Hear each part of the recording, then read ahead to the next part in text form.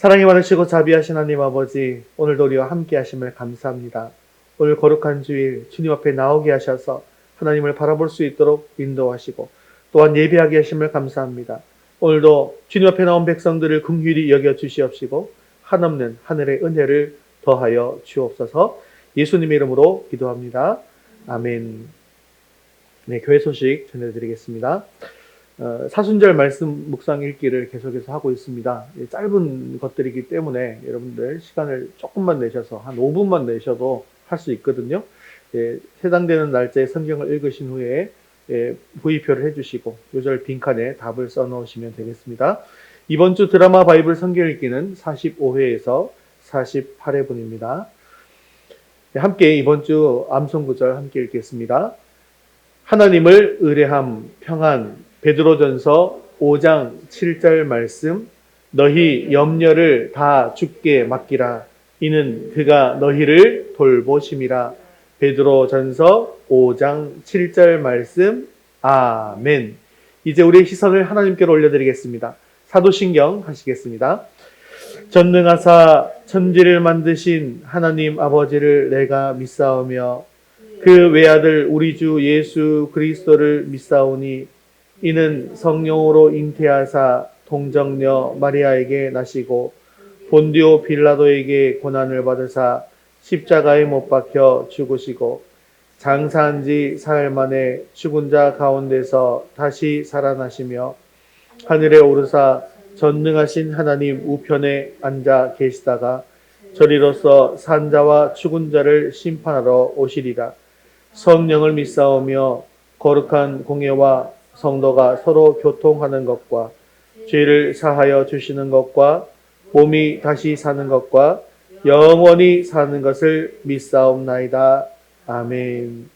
오늘도 우리 찬양을 받으실 하나님께 주기도문 하시면서 찬양으로 응원 돌리겠습니다.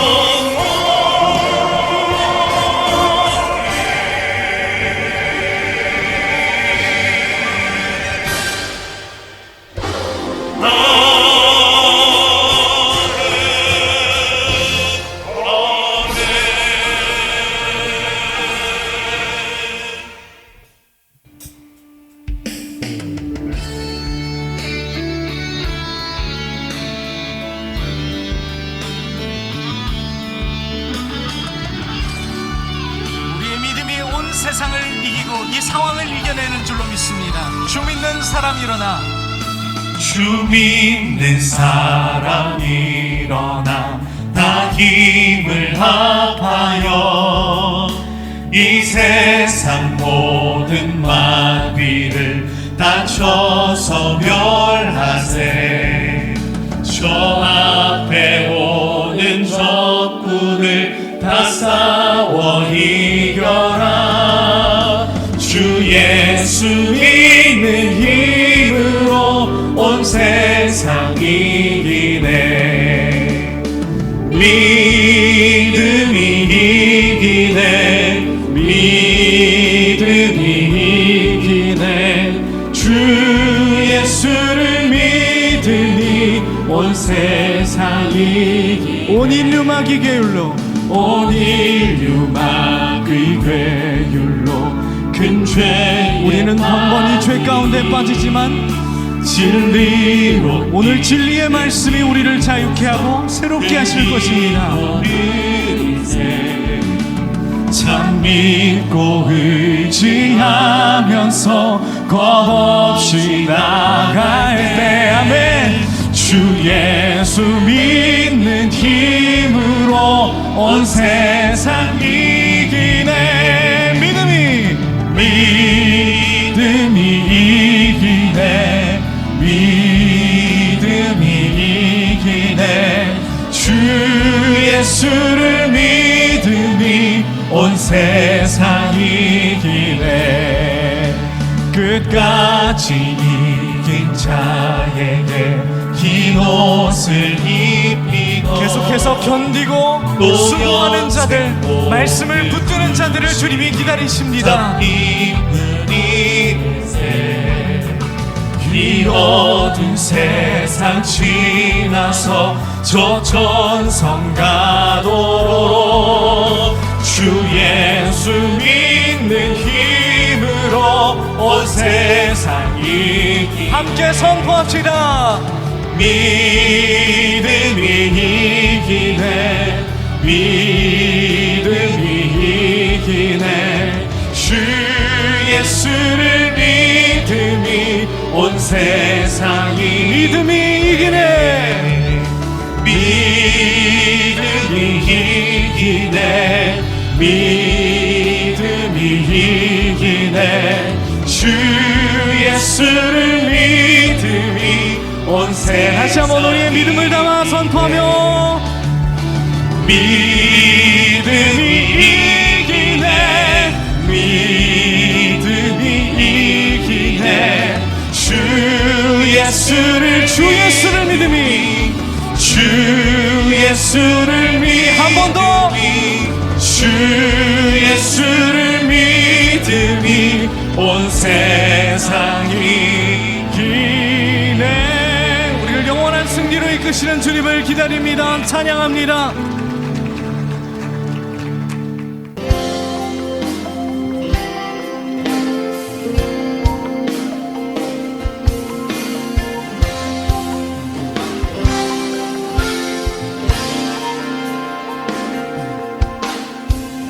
햇살보다 밝게 빛나는 주의 영광. 모든 어두움 물리치네. 누구도 주 앞에 나가설 수 없네. 주의 거룩한 보좌 앞에 오직 주의 보혈, 주의 긍휼을 의지하여 나가리. 왕 되신 주 앞에 난 경배합니다. 주님만 찬양받기 합당하시니 큰 존귀와 영광 홀로 받으소서. 오 주 앞에 나아갑니다.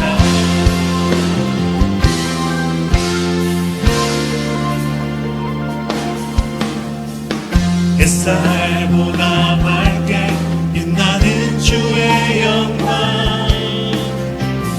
모든 어두움 물리치네.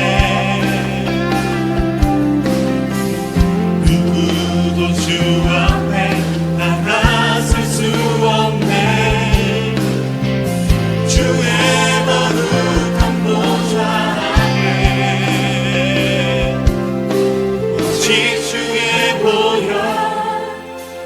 흥유를 지나여 나가리 왕 되신 주 앞에 나 경배합니다 주님만 찬양받기 합당하시니 큰 존귀와 영광 홀로 받으소서 오 주 앞에 나아가니 왕 되신 주 앞에 나 경배합니다 주님만 찬양받기 합당하시니 큰 존귀와 영광 홀로 받으소서 오 주 앞에 나아갑니다 오 주님 내가 나아갑니다 오 주님 내가 나아갑니다 이 시간 예배를 위해서 서로 같이 기도하겠습니다. 오늘 우리 예배 가운데 충만하게 임하여 주셔서 우리 예배를 기뻐 받아 주시옵소서. 오늘도 주님의 음성을 듣기를 원합니다. 말씀을 통해 주님의 뜻을 이루어갈 결단이 있게 해달라고 한 목소리로 기도하신 후에 안석권 집사님 대표로 기도하시겠습니다. 주님만 찬양받기 합당하시니 큰 존귀와 영광 홀로 받으소서 오 주 앞에 나아갑니다 오 주님 내가 나아갑니다 오 주님 내가 나아갑니다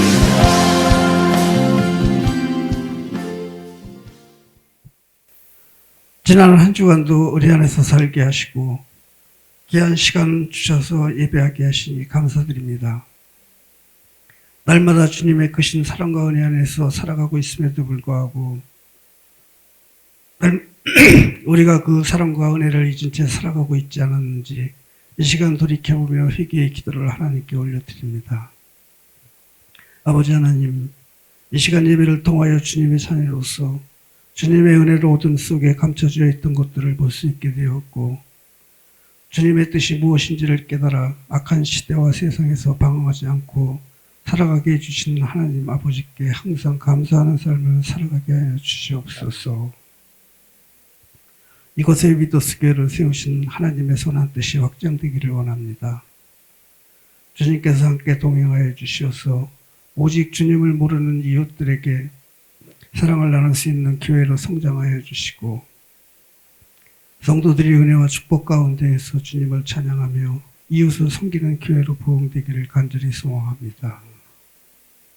말씀을 들고 다니면서 신 목사님께 함께 하시사 목회에 전념하실 수 있도록 항상 건강을 지켜주시고 가정에 평안을 주시옵소서. 이 시간 말씀을 통하여 모든 성도들이 영과 육이 회복되는 시간이 되기를 원합니다. 아버지 하나님, 인간의 한계를 고백하며 도움을 간절히 구하는 성도들의 기도와 간구를 들으시고 길이요 진리가 되신 주님의 인도로 참된 평안을 회복시켜 주시옵소서. 어떤 역경과 고난 속에서도 주님만 바라보며 십자가를 붙들고 주님 안에서 살아가는 성도들이 되도록 은혜를 주시옵소서. 예배 가운데 하나님의 은혜가 충만한 시간이 되기를 원하오며 살아계신 예수님 이름으로 기도드립니다. 아멘. 아멘.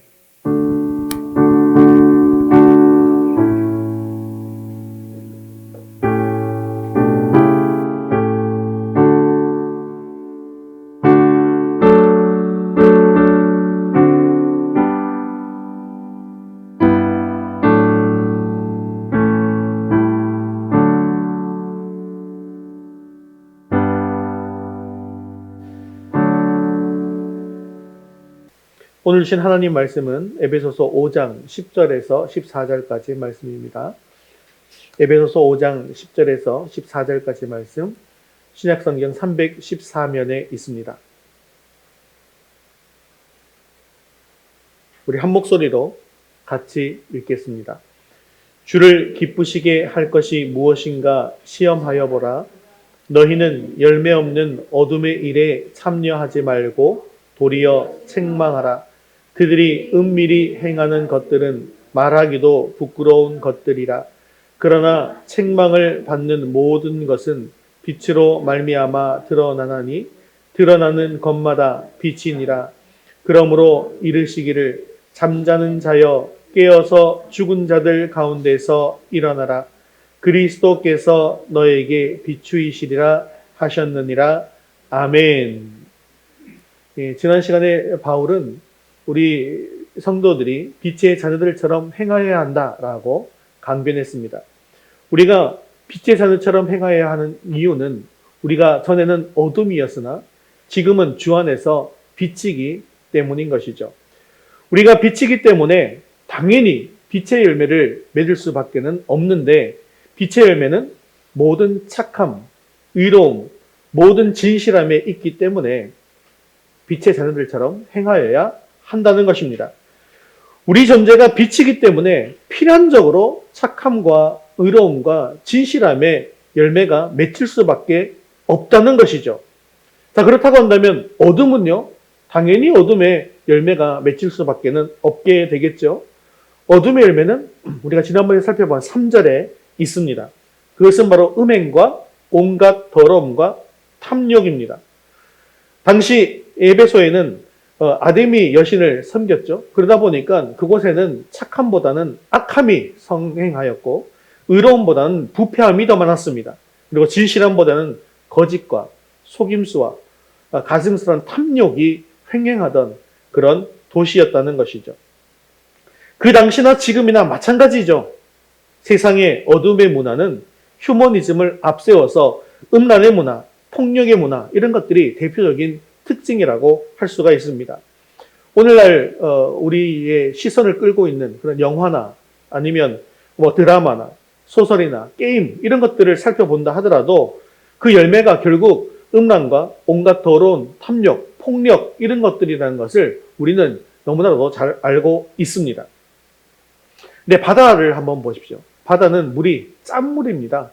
그리고 그 바닷물은 부패하지 않습니다. 그런데 그 바닷속에 이 부패하지 않게 만드는 소금의 성분이 얼마인지 여러분 잘 아시잖아요.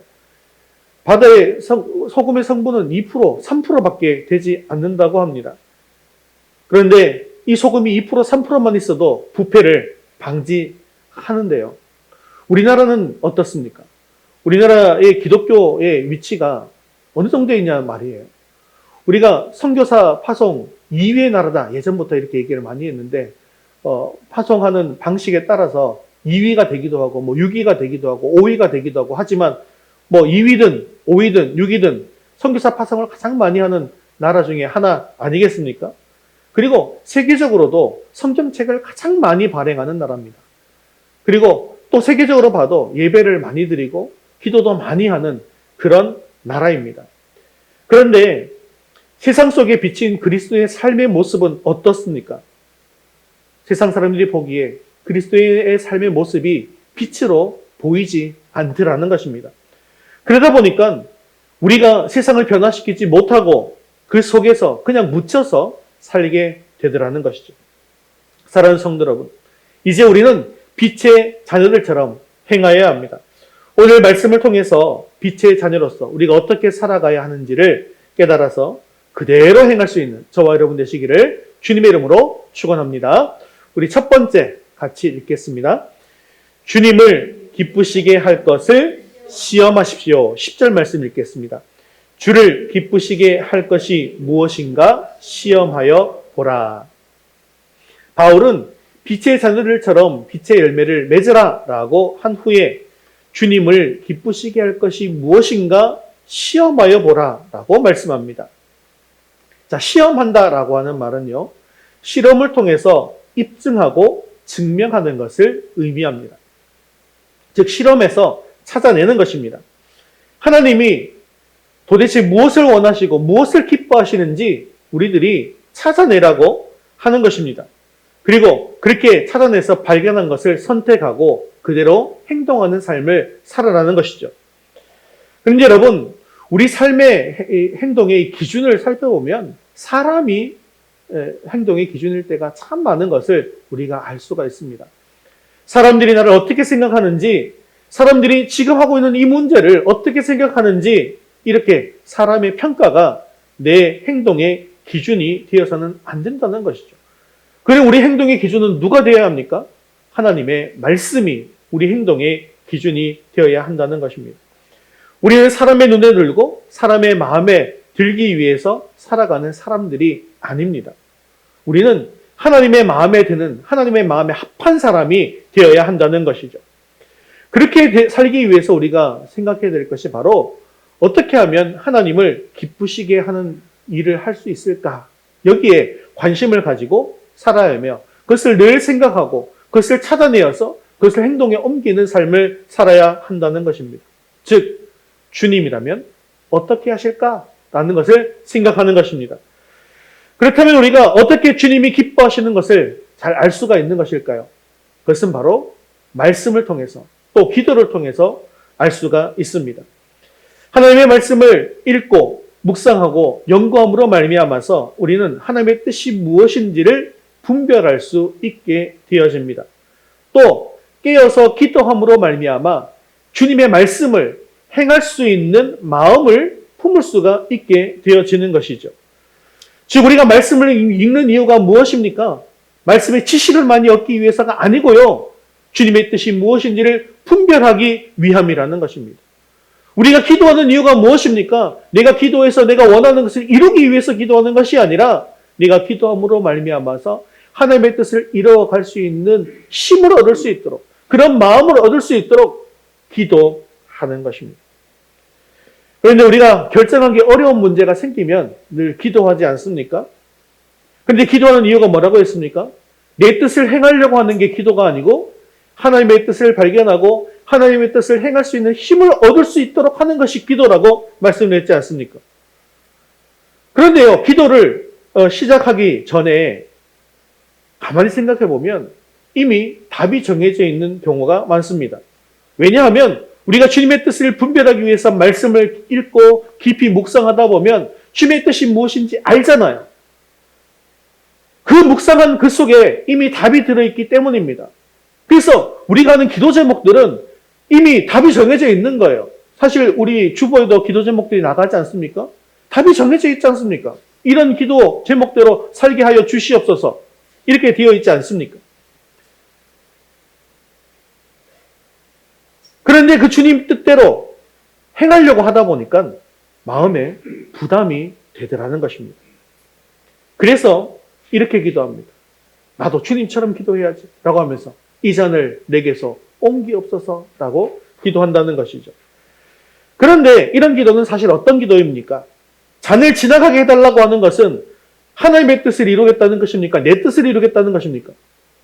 내 뜻을 이루고자 하는 것입니다. 하나님의 뜻은 이 잔을 드는 것인데 내 뜻은 이 잔을 옮기는 것이거든요. 내 뜻에 대한 답을 이미 결정해 놓고 기도하는 것입니다. 하나님의 뜻이 결정되어 있음에도 불구하고 내 뜻을 정해놓고 기도하더라는 것이죠. 이것은 하나님의 뜻이 무엇인지를 잘 몰라서 기도하는 것이 아니라 하나님의 뜻대로 행하려고 하다 보니까 너무나 힘이 들기에 기도하는 것입니다. 하나님의 뜻은 이것이 너무나 분명한데 그것을 행하기가 두려우니까 기도하게 되는 것이죠. 이렇게 기도하다가도 하나님께서 아니다 라고 하시면 어떻게 대답해야 됩니까? 예수님처럼 예 주님 내 원대로 마옵시고 아버지의 원대로 되기를 원하옵나이다 라고 고백하면서 일어나면 되죠. 그런데 문제는 그렇게 하지 않더라는 것입니다. 즉 하나님께서 주신 답이 아니라 내가 정한 답을 선택해버리는 것입니다. 그래놓고 어떻게 말씀하십니까? 나는 기도했다는 거죠. 이 결정은 기도에서 한 결정이기 때문에 내가 한 결정이 아니고 하나님께서 하신 결정이다. 이것이 바로 하나님의 뜻이다라고 이야기해버린다는 것입니다. 근데 사실상 알고 보면 하나님의 뜻과는 정반대로 결정해버리지 않습니까? 그럼에도 불구하고 내가 기도하고 결정했으니 하나님의 뜻이다라고 이야기하더라는 것입니다.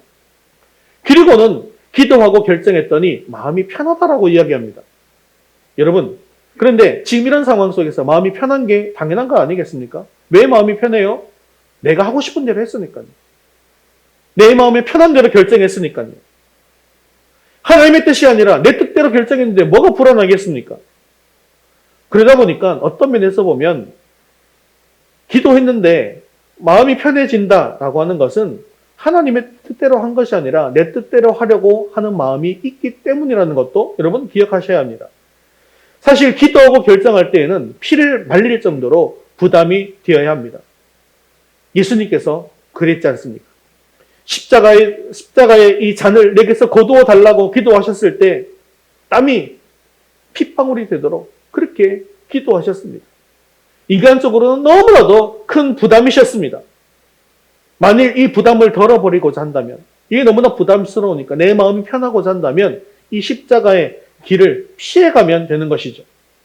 밤새 피가 되도록 기도했으니, 땀이 피가 되도록 기도했으니 이제 하나님께서 내 기도를 들으셨다. 그러니 나는 이 잔을 이제 옮겨도 되겠다라고 결정하시면 마음은 편해졌겠죠.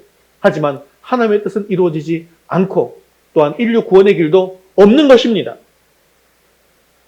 하지만 예수님은 자신의 마음이 편한 쪽을 선택하지 않으셨습니다.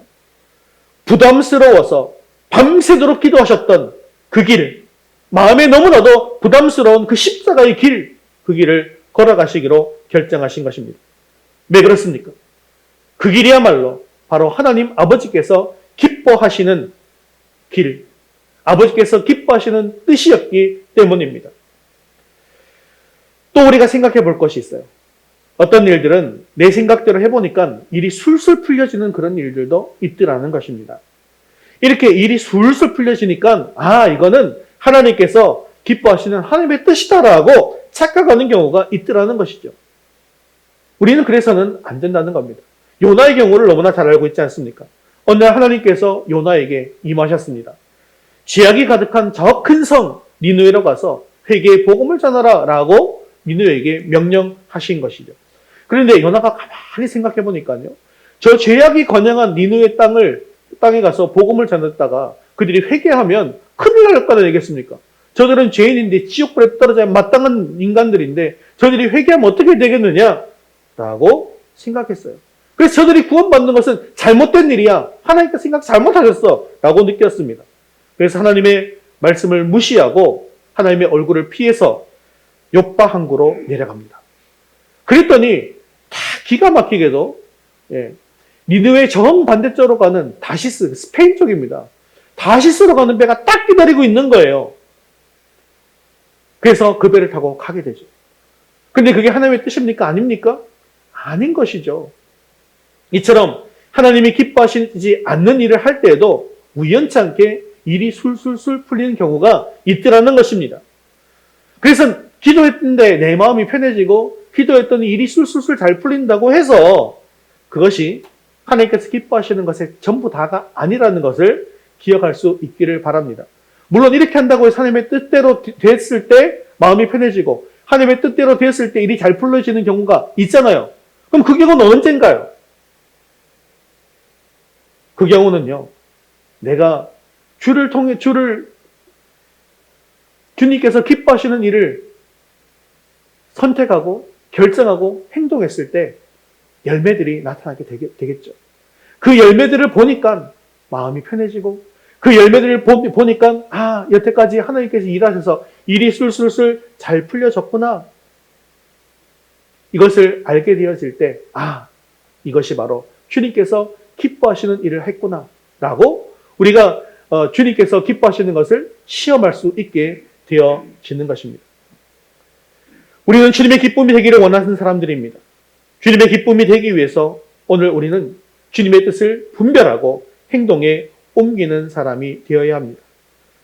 주님의 뜻을 알기 위해서 오늘도 우리는 말씀 앞에 엎드릴 수 있기를 바랍니다. 그리고 이 말씀대로 살아가기 위해서 기도의 자리로 나아갈 수 있기를 바랍니다. 그렇게 주님께서 기뻐하시는 삶을 살아가기 위해서 늘 주님을 시험하는 저와 여러분 되시기를 주님의 이름으로 축원합니다. 우리 두 번째 같이 읽겠습니다. 열매 없는 어둠의 일을 책망하십시오. 11절 말씀 이어서 읽겠습니다. 너희는 열매 없는 어둠의 일에 참여하지 말고 도리어 책망하라. 11절 말씀은 어둠의 일의 특징에 대해서 잘 말해주고 있습니다. 어둠의 일의 특징은 바로 열매가 없다는 점입니다. 어둠의 일은 아무리 열심히 한다 해도 그 열매가 가치가 없는 일이더라는 것이죠. 설사 열매가 맺힌다 할지라도 그것은 유익하지 못한 부끄러운 열매일 뿐입니다. 그러므로 우리는 이러한 일에 말려들어서는 안 된다는 것이죠. 즉, 열매 없는 어둠의 일에 대해서는 아무리 사소한 것이라고 할지라도 어떤 일이라 할지라도 동참해서는 안 된다는 것입니다. 요 정도는 괜찮지 않을까? 라는 생각이 우리를 사망에 이르게 한다는 것입니다. 욕심이 잉태하면 죄를 낳고 죄가 장성하면 사망을 낳는 것이죠. 잠언 7장 23절 말씀은 어둠의 일인 죄의 치명적인 영향력에 대해서 이렇게 말씀하고 있습니다. 같이 읽겠습니다. 필경은 화살이 그 간을 뚫게 되리라. 새가 빨리 그물로 들어가되 그의 생명을 잃어버릴 줄을 알지 못함과 같으니라. 이 말씀은 죄에 빠지면 그냥 빠진 그것으로 끝나는 것이 아니라 반드시 우리 영혼을 죽는 때까지 발전한다라는 것을 말씀하고 있는 것입니다. 이처럼 치명적인 것이 분명함에도 불구하고 죄에 빠지는 사람은 그 결과가 어떻게 될 것인지를 깨닫지 못하고 죽음의 구렁텅이로 빠지게 된다는 것이죠. 그렇기 때문에 우리의 마음은 이 어두움에 미혹되어서도 안 되고 참여해서도 안 된다는 것입니다. 그리고 오늘 본문 말씀은 이런 어두운 일에 참여하지 않을 뿐만 아니라 더욱더 적극적으로 행해야 한다라고 말씀하고 있습니다. 무엇을 행해야 하냐 하면 어두움을 책망하라고 말씀하고 있습니다. 사랑하는 성도 여러분, 이제 그리스도 예수로 말미암아 어둠에서 빛으로 변화된 성도에게 나타나야 하는 것은 아직도 어둠에 있는 그 어둠의 일에 깊이 관여하고 있는 이들을 책망하는 것임을 기억하시기를 바랍니다. 오늘날 한국교회가 당면하고 있는 여러 문제들과 또한 침체의 가장 큰 요인 가운데 하나가 무엇일까요? 그것은 바로 세상의 어두운 일을 책망하는 위치에 있어야 하는 성도들이 전혀 책망하지 못하고 있다는 데 있는 것입니다. 여호와와 바알 사이에서 머뭇거리고 망설였던 이스라엘 백성들처럼 또한 차지도 덥지도 아니하여서 주님으로부터 내침을 받게 되었던 라오디게아 교회처럼 오늘날 성도들도 내 자신의 위치와 역할이 어디에 있어야 하는지를 알지 못하고 신앙생활을 하는 경우가 많더라는 것입니다. 사실 이런 미지근한 태도 때문에 사실상 세상과 성도 사이를 구분하지 못하게 만들어 버리라는 것이죠. 그리고는 결국에 어떻게 됩니까? 성도들로 하여금 열매 없는 어둠의 일에 참여하게 만들어 버리더라는 것입니다. 그러다 보니까 세상이 성도를 바라보면서 세상이 교회를 바라보면서 오히려 실망하고 있더라는 것입니다. 예수님을 실망시켰던 입만 무성한 무화과 나무와 같이 우리들에게도 빛의 열매가 없음으로 말미암아 세상 사람들이 실망하더라는 것입니다. 결국 그 실망의 마지막이 무엇일까요? 마태복음 5장 13절은 예수님께서 이렇게 말씀하고 있습니다. 마태복음 5장 13절 같이 읽겠습니다. 너희는 세상의 소금이니 소금이 만일 그 맛을 잃으면 무엇으로 짜게 하리요? 후에는 아무 쓸데없어 다만 밖에 버려져 사람에게 밟힐 뿐이니라. 아멘. 여러분, 우리가 반드시 기억해야 할 것은 우리가 빛의 열매를 맺지 못하게 되어지면 하나님으로부터 버림받는 것보다 먼저 세상이 우리를 외면하게 되더라는 것입니다. 세상 사람들이 우리를 먼저 밟더라는 것입니다. 성도가 성도로서 그 맛을 잃으면, 교회가 교회로서 그 맛을 잃으면 세상이 가장 먼저 알더라는 것입니다. 그래서 비난하고, 그래서 외면합니다. 그러므로 우리는 어떤 삶을 살아야겠습니까? 세상의 어두움을 책망하는 위치에 우리 자신을 세워야 한다는 것입니다. 지금 제가 말씀드리는 것은 단순하게 기독교 윤리적으로 잘 살아야 된다 이런 뜻이 아닙니다. 교회의 존재 이유, 성도의 존재 이유가 바로 여기에 있다는 사실을 우리는 아셔야 됩니다. 우리는 존재 자체가 빛이라니까요. 빛이기 때문에 어둠에 비춰야 되는 게 존재 이유인 것입니다. 해도 되고 안 해도 되는 문제가 아니라는 것이죠. 그런데 여기에도 주의하지 않으면 안 되는 일이 있습니다. 성도가 세상을 책망해야 한다고 해서 그것이 곧 세상을 향해서 늘 정죄하고 늘 비난해야 하는 것을 의미하는 것이 아니다라는 것이죠. 사실 우리가 말로써 어두움의 일들을 책망하는 일이 참으로 어려운 일이라는 사실을 우리는 잘 알고 있지 않습니까? 예를 들어서 아파트 위층에서 막 쿵쿵쿵쿵 뛰어요. 너무나 힘이 듭니다. 아랫집에 살다 보니까 한 달, 두 달 막 사니까 너무 힘이 들어서 참다가 올라가서 그 뛰는 것 좀 잘못이라고 이야기했다가 어떤 일이 벌어집니까? 윗집에서 죄송합니다 하는 경우도 있겠지만 또 어떤 경우도 많아요? 오히려 그걸로 큰 싸움이 벌어지는 일도 많습니다. 심지어 뉴스에 그걸로 살인사건이 일어났다는 얘기까지 보지 않습니까? 또 길거리 가다가 교복 입은 학생이 막 담배 피우고 있는 모습을 보면서 거기다가 학생이 담배 피우면 돼? 한마디 했다가 어떤 일이 벌어져요? 칼을 맞았다 이런 얘기들도 많이 듣지 않습니까? 그런데도 오늘 본문 말씀은 어둠의 일을 책망하라라고 말씀하고 있습니다. 그러면 우리는 어떻게 이 어둠의 일을 책망할 수가 있는 것일까요? 이것 또한 마찬가지입니다. 말로 책망하라는 것이 아닙니다. 이것은 우리의 행실을 통해서 그들의 악함을 들추어내고 그들의 삶이 얼마나 부끄러운 삶이었는지를 스스로 깨닫게 하라는 그런 말씀입니다. 다시 말하면 세상 사람들과는 구별된 성결하고 거룩한 삶을 사는 것을 통해서 그들이 죄악된 모습을 스스로 발견할 수 있도록 하라는 것입니다.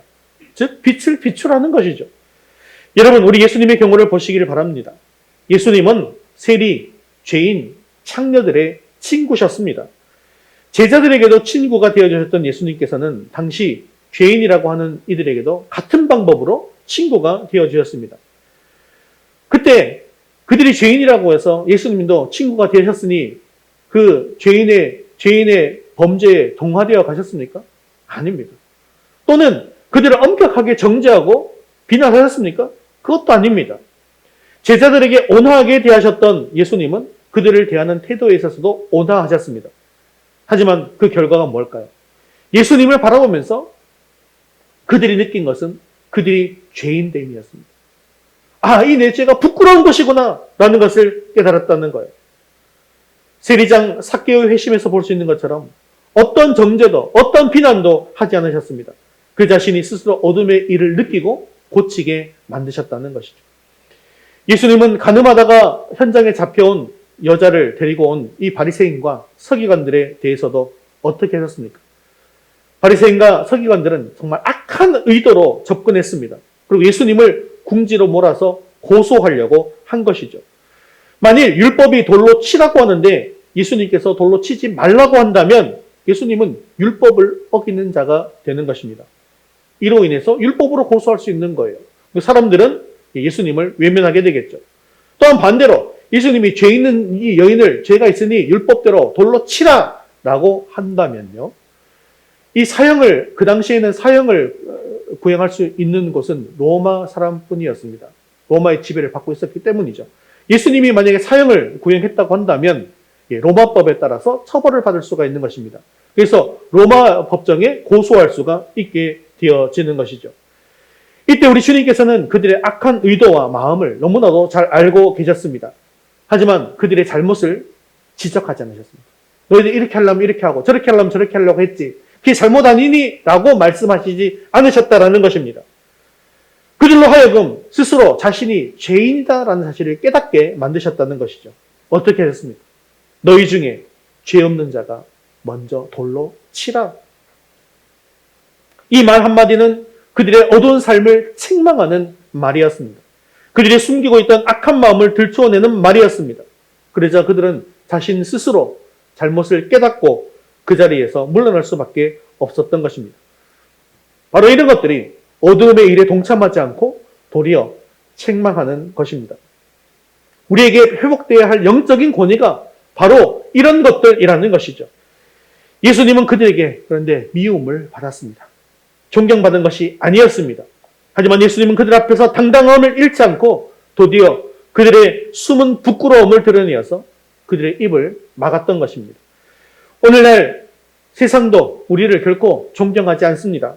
또한 우리를 따르지 않습니다. 예수님 당시처럼 미워하는 경우가 오히려 더 많은 것도 우리가 알 수가 있죠. 하지만 우리는 그들을 부끄럽게 만들 수 있습니다. 우리는 그들이 스스로 자기의 죄악된 모습을 깨닫도록 만들 수가 있습니다.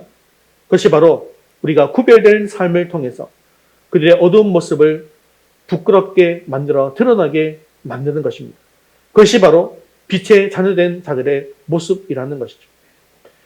그러나 그들의 어두운 모든 것이 빛으로 말미암아 다 드러나게 되었다 할지라도 그들이 전부 다 주님께로 돌아오는 것은 아닙니다. 예수님의 빛을 받은 바리새인들은 결코 회개하지 않았습니다.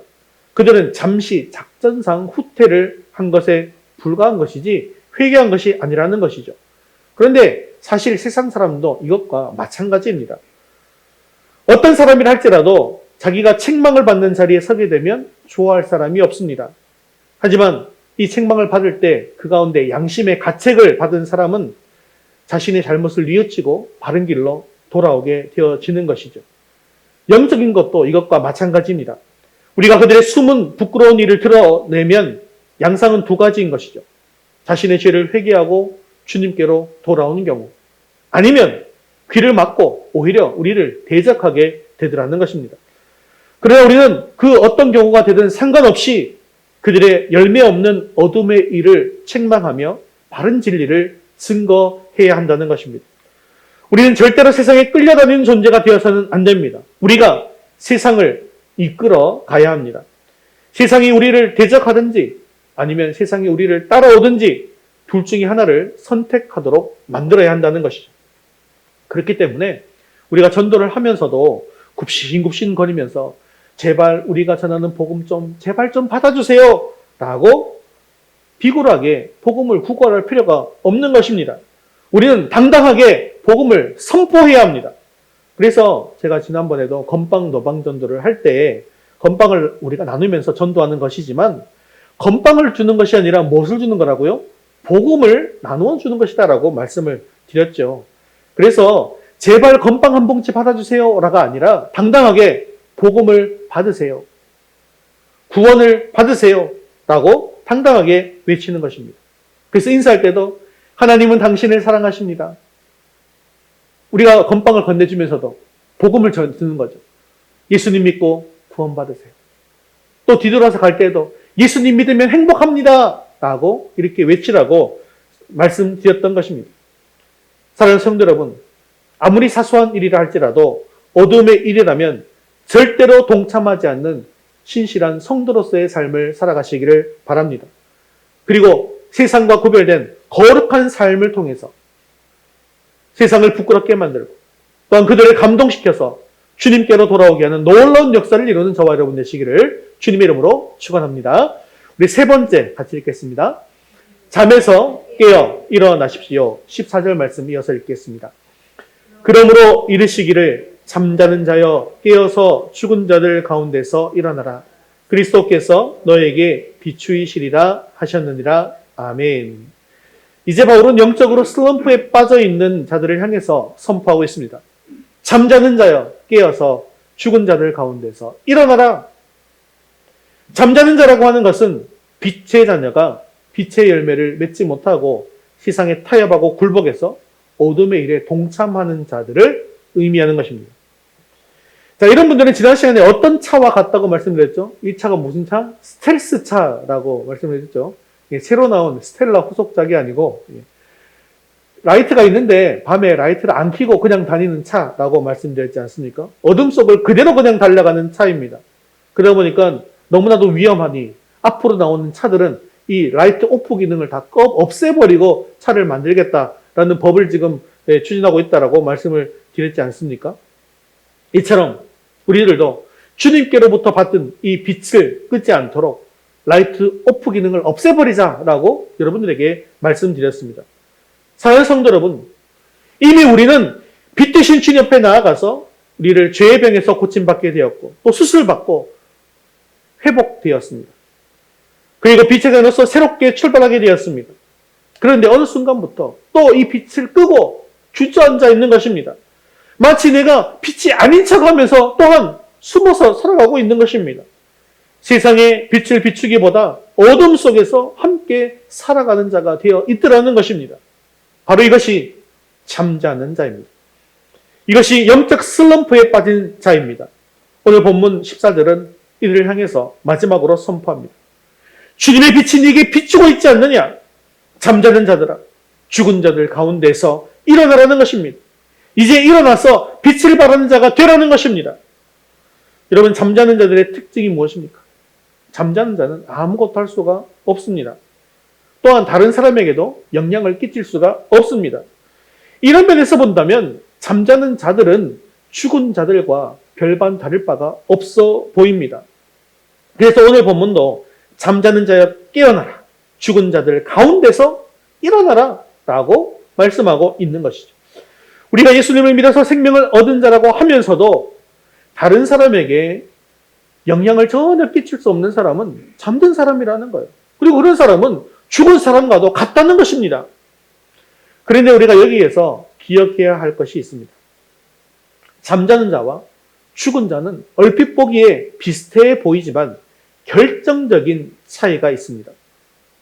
죽은 자는 절대로 스스로 일어날 수가 없다는 것이죠. 하지만 잠자는 자는 스스로 깨어서 일어날 수 있다는 것입니다. 왜 그렇습니까? 그것은 겉보기에 죽은 것처럼 보이지만 그 안에는 빛이 들어있고 예수님의 생명이 들어있기 때문입니다. 그러나 그가 죽은 자 가운데 함께 누워서 자고 있는 것이 문제인 것이죠.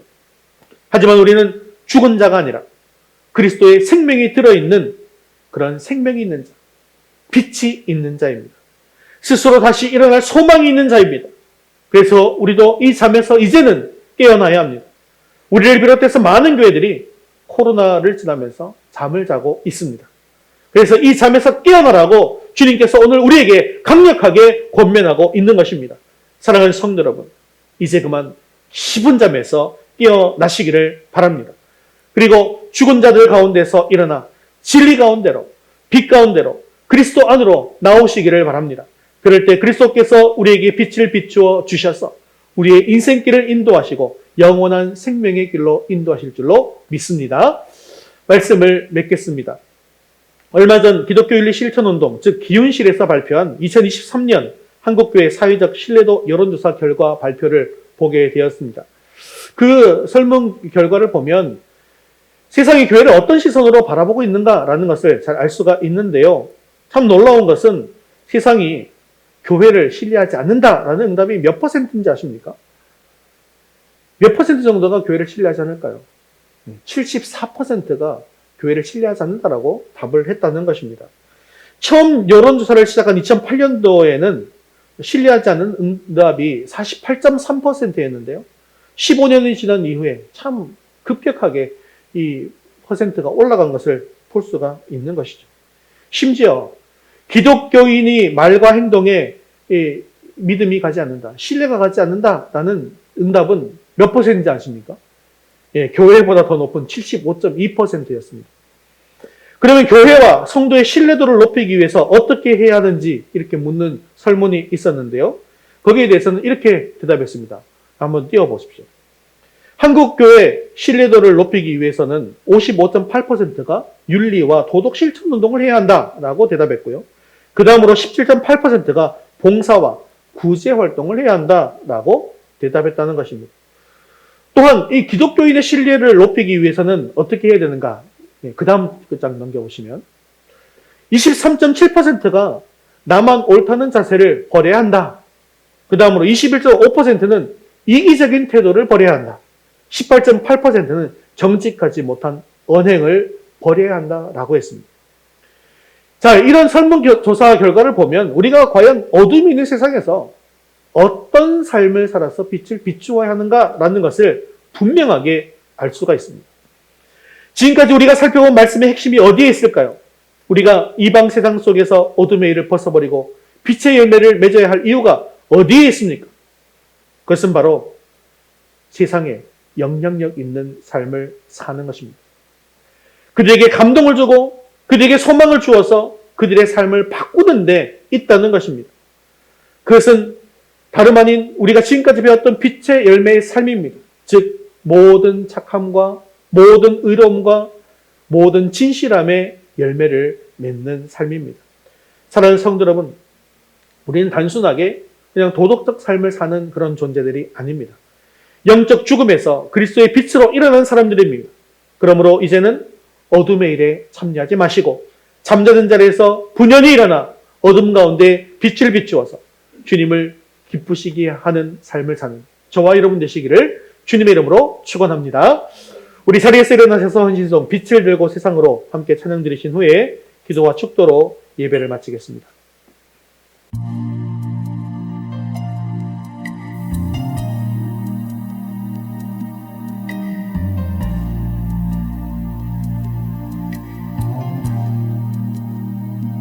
우리 영혼에 주가 주신 꺼지지 않는 빛이 있네. 오직 주님께 우릴 드릴 때 그 빛을 밝혀 주시리라. 이제 일어나 소망이 없는 어두운 세상에 나아가라. 내 빛 비춰라. 모두 알도록 빛을 들고 세상으로 빛을 들고 세상으로.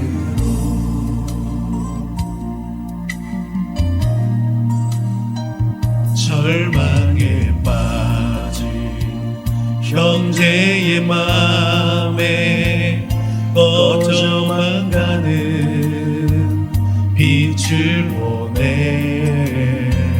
주님을 떠나 방황하는 자매도 그 빛의 생명 일어나네.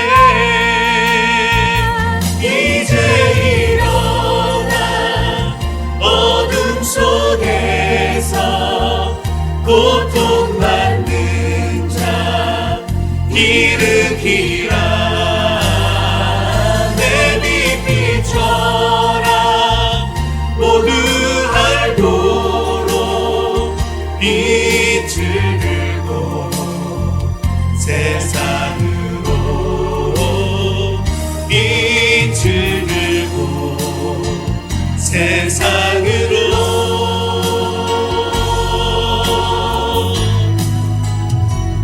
우리 맘속에 밝게 빛나는 주를 향한 사랑 빛이 있네. 주님 모아 주께 기도 드릴 때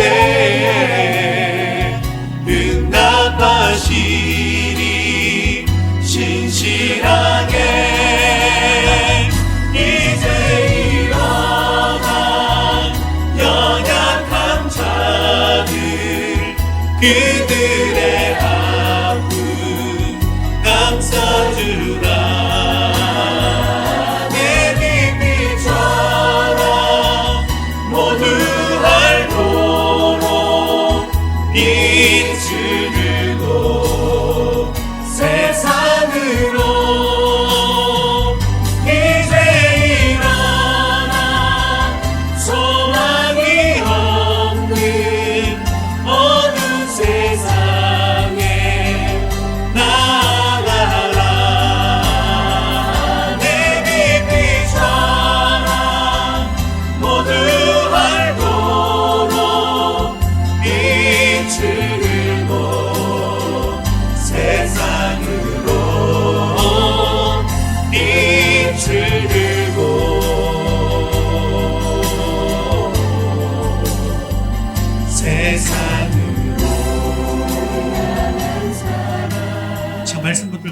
같이 기도하겠습니다. 주님의 뜻을 알기 위해 말씀을 묵상하고 기도함으로 주님께서 기쁘시게 할 것이 무엇인지를 시험하고 행하는 자가 되게 하옵소서. 죽음의 길인 어둠의 일에 참여하지 말게 하시고 세상 속에서 어둠에 빠져있는 이들에게 우리의 빛된 삶을 통해 책망케 하옵소서. 죽은 자들 가운데 잠자고 있었던 우리가 이제는 주님의 빛과 생명으로 일어나서 어둠을 비추는 빛이 되게 해달라고 우리 한 목소리로 같이 기도하겠습니다.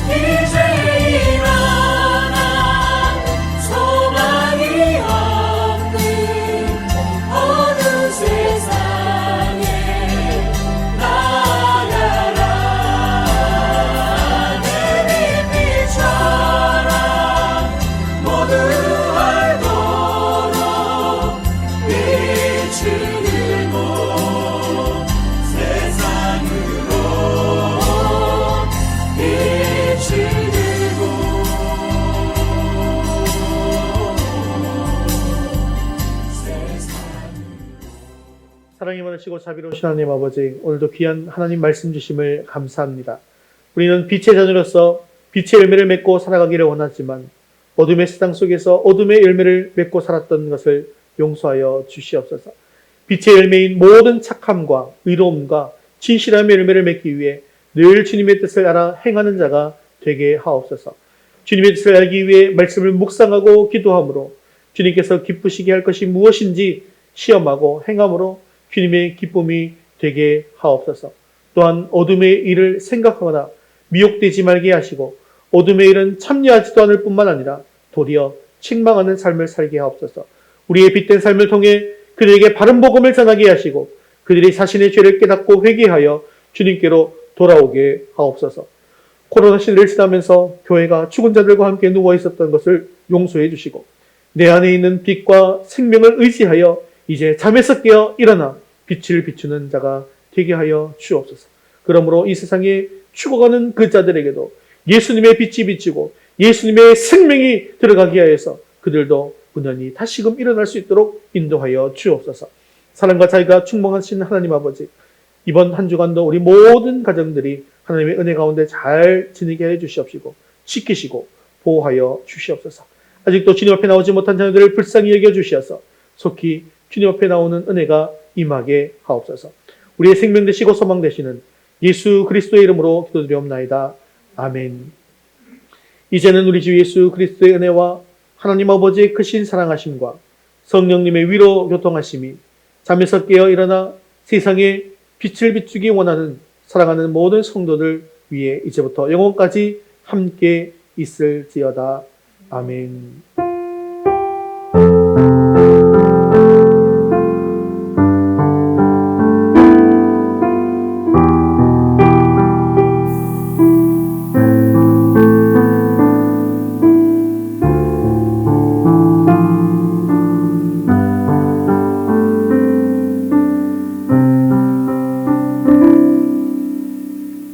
우리 3월 파송 찬양 삶으로 찬양드리고 마치겠습니다.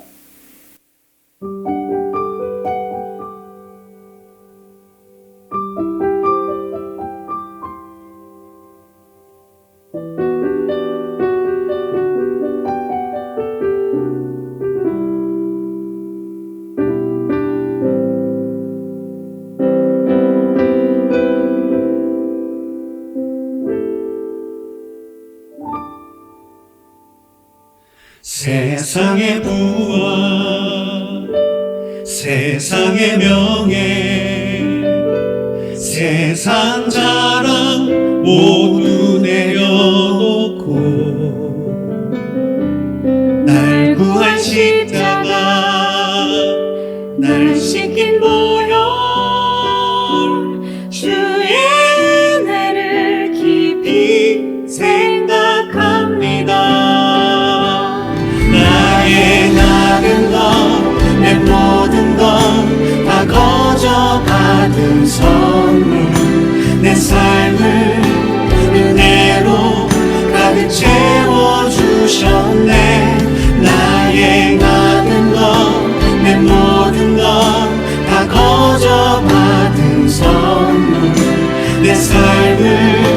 주신 분께 다시 올려드리리.